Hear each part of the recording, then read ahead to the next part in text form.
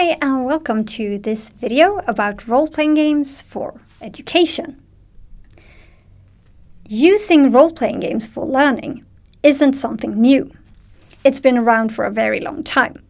But what is often talked about as the starting point is in the early 19th century when the army in Prussia started doing a board game, tabletop game for their officers to learn battlefield tactics. This was called Krigsspel, aka wargame. In the picture here you can see me on vacation standing next to one of the original boards. And from here it developed into many different forms to where we are today. The reason this is seen as the first role-playing game for education is possibly because it was used in formal education. And what does that mean? In educational theory, we sometimes talk about formal, non-formal, and informal learning. These are concepts about different types of learning. So formal means established educational systems like schools, universities, and training institutions. There are specific learning outcomes and a syllabus. Usually there is some type of assessment where learning outcomes are measured. Then we have non-formal. That is learning with a specific learning purpose, but that happens outside of the established formal educational system. So this could be things like having a book club, learning to play the guitar through YouTube videos, or maybe learning a language in Duolingo. In non-formal learning, there usually exists some kind of organizational framework.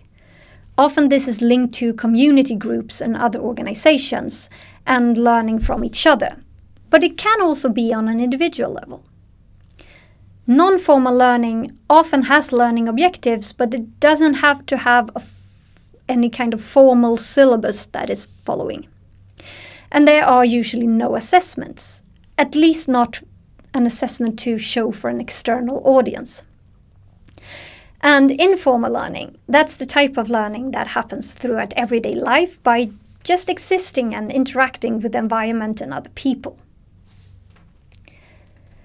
Some of the different forms that we still have around today includes role-playing games, LARPs, and simulations. So, what are the differences between these? As mentioned in our introductory videos, the main difference between role-playing games and LARPs are about embodiment and physicality, even if it's more of a scale. And on this scale, we have more classic tabletop on the left side, we would have LARP on the right side here, and freeform scenarios going somewhere in between, since you often act out parts, but not all of the story. The difference between a simulation and a role-playing game or a LARP is also a scale, but in relation to character as a mask, I would say.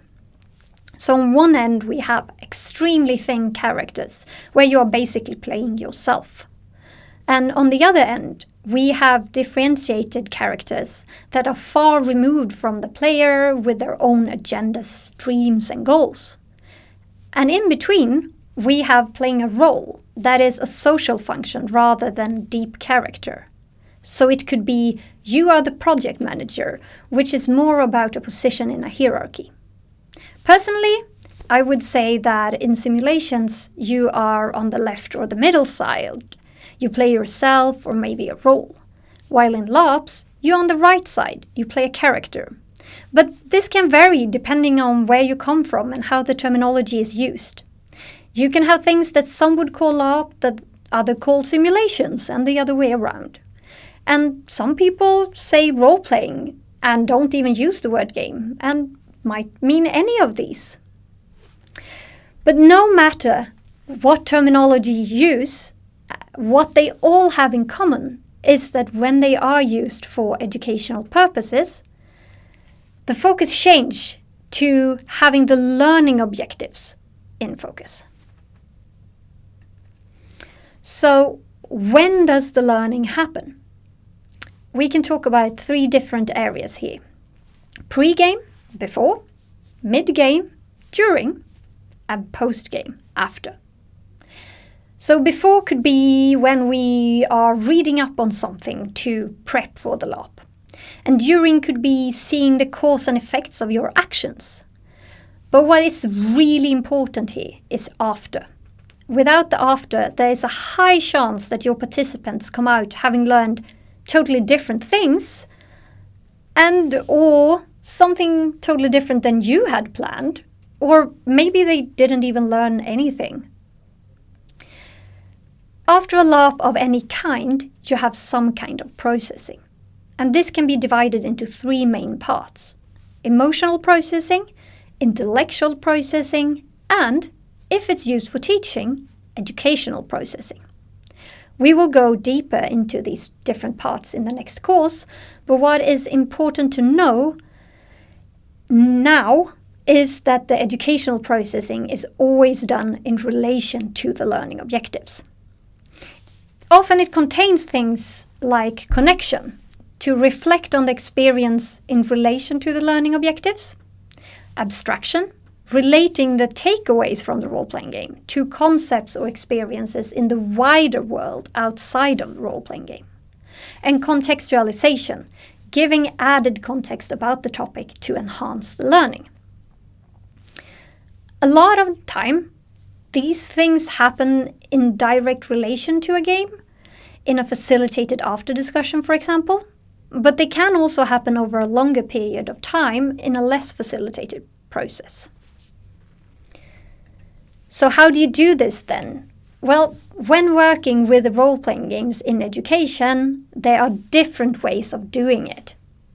You can use an existing educational game, you can design a new educational game, or you can take a non-educational game and use it for educational purposes. All of these are valid approaches. And this brings us to the role-playing games and education design matrix. Here we have 2 axes. We have gameplay and we have framing. And gameplay is the design of the actual game. It's what happens when we are playing, and it includes scenes and relationships and so on. When I'm using gameplay here, I'm not talking about the rules or the system only, but rather about the mechanics and the more general plot. So this could include using an existing system like Dungeons & Dragons, and then design a scenario using that system. Then of course, different systems gives different affordances and can be better or worse for certain types of gameplay experiences. Framing is about the things that frames the game experience. It's the things that can happen both pre, mid and post-game. Things like workshops, structured breaks between scenes where you out of character talk about what is going on, and after discussions.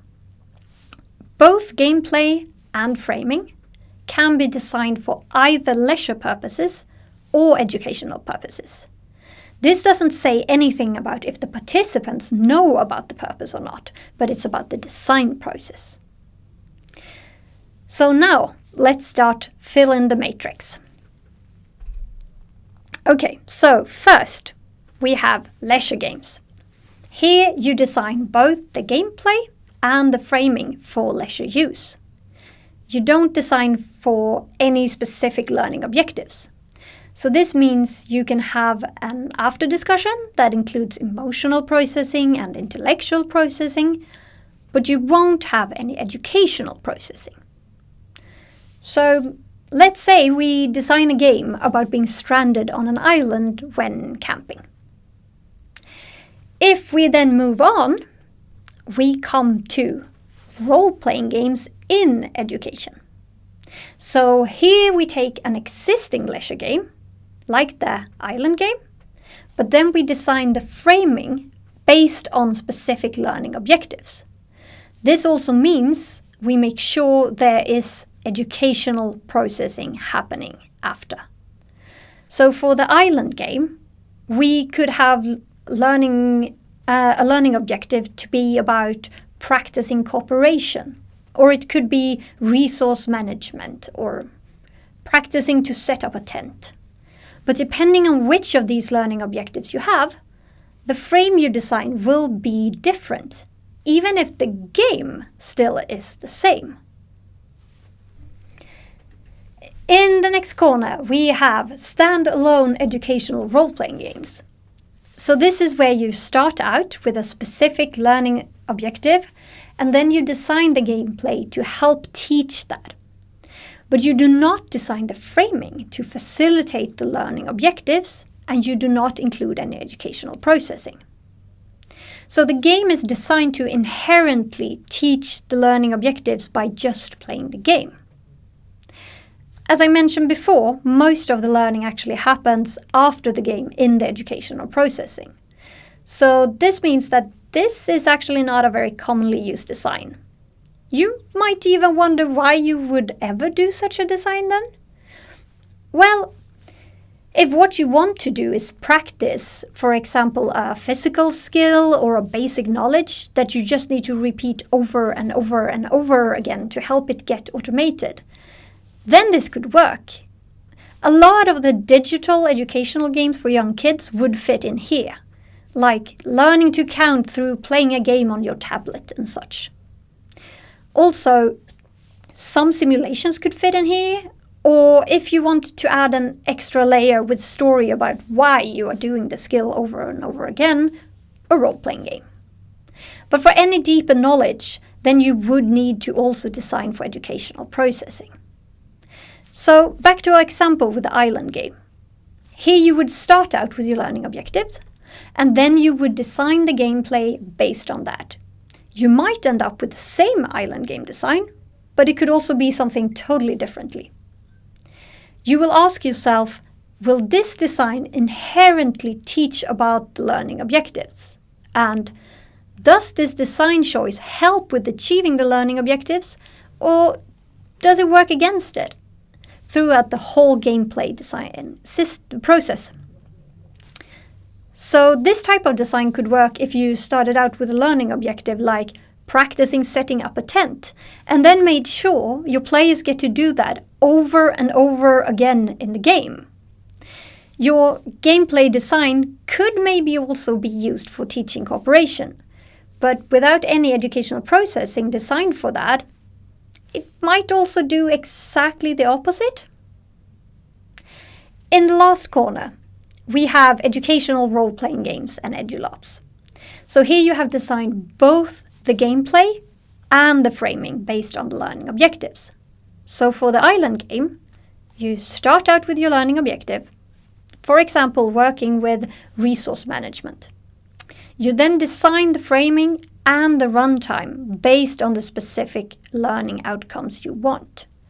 You might end up with the same island game design as in any of the others, but it would probably be something different. As part of the design process, you will ask yourself, does this design choice help with achieving the learning objectives, or does it work against it?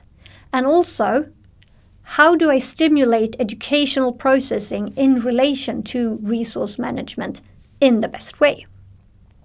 In the end, your runtime design might also be used for teaching cooperation, but probably the game would look different if that was the case, and the framing would definitely be different. Now we have the whole matrix filled in. To clarify, this doesn't say anything about setting. All of these games could be used in a school or in a leisure setting. This matrix shows what part of the game is designed for what purpose. So it tells us something about how much control we can have over the learning process and the learning outcomes. As with all teaching, we can never have any kind of full control over what the students learn, but we can facilitate for learning and steer in a specific direction by controlling the process. If we then also relate this to learning and what we talked about before, we can try to map out what types of learning the different designs here facilitate for. And then we get this. So, leisure games facilitate for informal learning. There are no specific learning objectives, but learning might still happen in all parts of the game. maybe you get inspired and research survival techniques before the LARP. Or you might learn how to set up a tent during, even if that wasn't planned for. Or while processing the emotional experience after, you gain a stronger empathy for people in survival scenarios. But the gameplay and the framing are not designed specifically for that purpose. Then we have standalone educational role-playing games. They facilitate for non-formal learning. There are specific learning objectives when designing, so it's not informal, but it's not very likely that it would be used in formal education without any type of educational processing. It could happen, but it probably is not very common. The other two on the right side facilitate for formal and non-formal learning. They can be used within formal education, but also outside, and they have very clear specific learning objectives. So what you can see here is that you can learn from any role-playing game, but not all role-playing games are educational role-playing games. Designing runtime and designing educational processing are different skills, and you might be really good at one, but still need more practice when it comes to the other. So for example, if you are a teacher and you haven't done much LARP design yet, and you also, as most teachers I know, have limited resources when it comes to time, then it might be good to start with using an existing leisure role-playing game, and then design the educational framework, instead of doing a full educational role-playing game. So to repeat, the matrix says something about the design process, how the game facilitates for learning, and how much control you have over the learning process. We will talk more about specific design features for educational role-playing games and for role-playing games in education in the next course, Transformative Game Design 1. Thank you for listening, and I hope to see you in the next video.